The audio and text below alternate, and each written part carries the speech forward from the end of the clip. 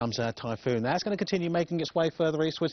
Damaging winds, some very heavy rain coming through. Fine for Hong Kong, sunshine and showers for the Philippines, but wet for central parts.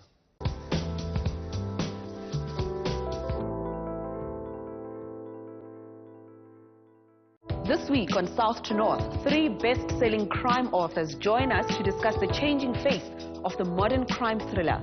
Why is this genre gaining popularity in parts of the world where it's not traditionally known? And what else does it have to offer besides a good thrill? South to North at this time on Al Jazeera.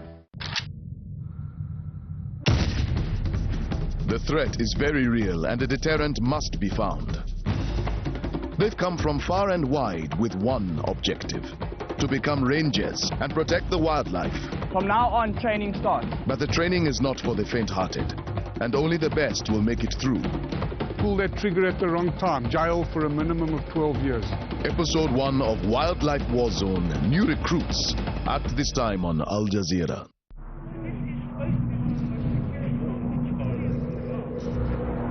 Well taxes of any form, those are getting seemingly more harsh by the month. Al Jazeera's new iPad app, now available via the App Store.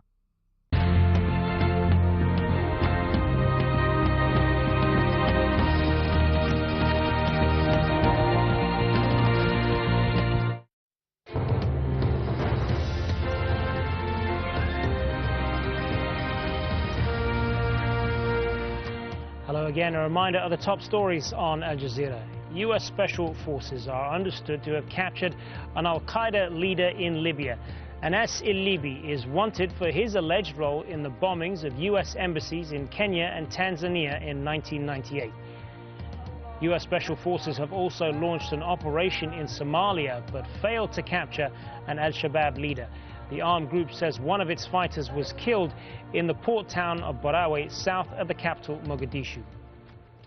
Well, let's speak then to Arash Aramesh, who's a National Security Analyst at the Stanford Law School in California. Thank you for being with us. So, 2 significant raids then that have happened over the last few hours. Let's talk first of all about Libya. How significant is this capture of al-Libi, do you think? Mr. al-Ruaghi, or better known as Anas al-Libi, was wanted for years for the 1998 bombings in Kenya and Tanzania against U.S. embassies.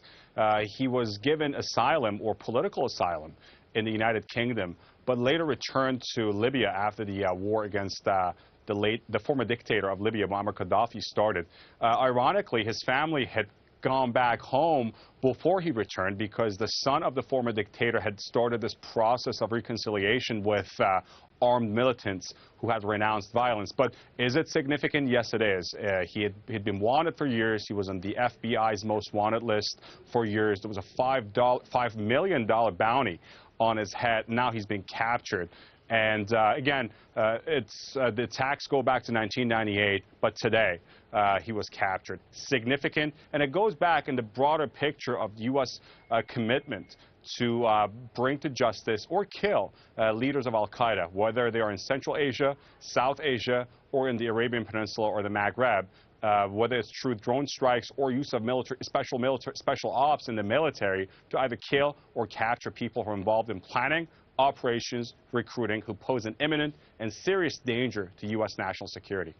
Now, the United States are confirming at this point that he has been captured as a result of a raid that their forces carried out. But is there some doubt in your mind as to whether it was actually U.S. forces that captured him in this?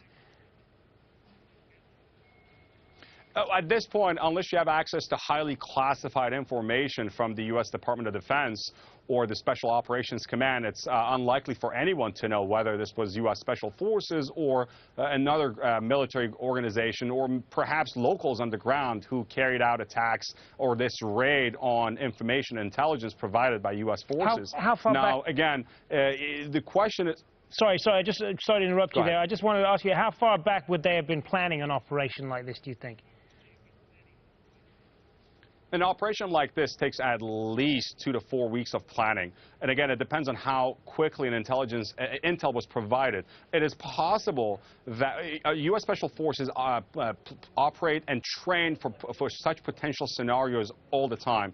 It is possible that his location became known to Special Forces this morning or late last night, and they acted on it now. But again, this sort of operation, these sorts of scenarios are things that Special Forces and U.S. military assets and personnel train on all the time. Now, when did we know that he was going to be there at some point? I'm not quite sure. But when that information is provided, then these guys go in and capture. And his capture, again, it sends a big signal to guys out there, especially with Al-Qaeda or other terrorist organizations, that even if it's from 1998, the U.S. will still come after you and capture you. And the bigger picture, the U.S. has dealt major blows to Al-Qaeda, especially Al-Qaeda as we knew it, that carried out the attacks of 9/11 has pretty much ceased to exist. The current problem is the offshoots of Al-Qaeda, which have Al-Qaeda in the Arabian Peninsula, organizations in Iraq and Syria that are fighting under the banner of Al-Qaeda, and those are real threats, not only to regional security, but also to U.S. national interest. Let's move on then to the Al-Shabab raid. I want to ask you as well how significant you think that was. The U.S. forces are saying that he was targeted, but we're not sure whether he was killed in the operation or not. How significant would have been the capture of this person, you think?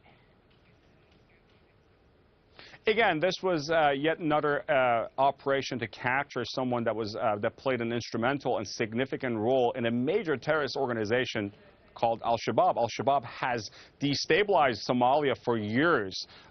Ironically, this attack happened a day after the 20th anniversary of Black Hawk Down, the Battle of Mogadishu, where 18 U.S. soldiers were killed. If you're familiar with Somalia locally, this day is known as the Day of the Rangers. The 75th Ranger Regiment, 3rd Battalion, was heavily involved in that battle, locally known as Multini Ranger. And so was it significant? We don't know who was killed. It seems that they didn't capture anybody, but it seems that in the gunfight someone was killed. But again, it shows that the U.S. is serious about bringing to justice those involved in terrorist operations. The person or the group of people targeted today, and the high-value target that was supposed to be captured, apparently played a role in last month's mall attack in Kenya. And we've got to wait and see when more information is available to see what happens with what actually went on the ground. But again, 2 attacks, 2 raids in one day, one significant high-value target captured, and yet another group felt the fact that, you know what, special forces in the U.S. that operate in the region have the ability, not just through the use of drones, but also through the use of actual ground troops and special forces to come in, snatch targets, and kill them. Good to get your analysis on this, Arash Aramesh at Stanford in California. Thanks very much for your time. Now, Al-Shabab was also involved in the attack 2 weeks ago on the shopping center in the Kenyan capital, Nairobi. The 4-day-long siege at the Westgate Mall led to the deaths of at least 71 people. Now the Kenyan government has named 4 men it says were part of the group behind the killings. Andrew Simmons reports.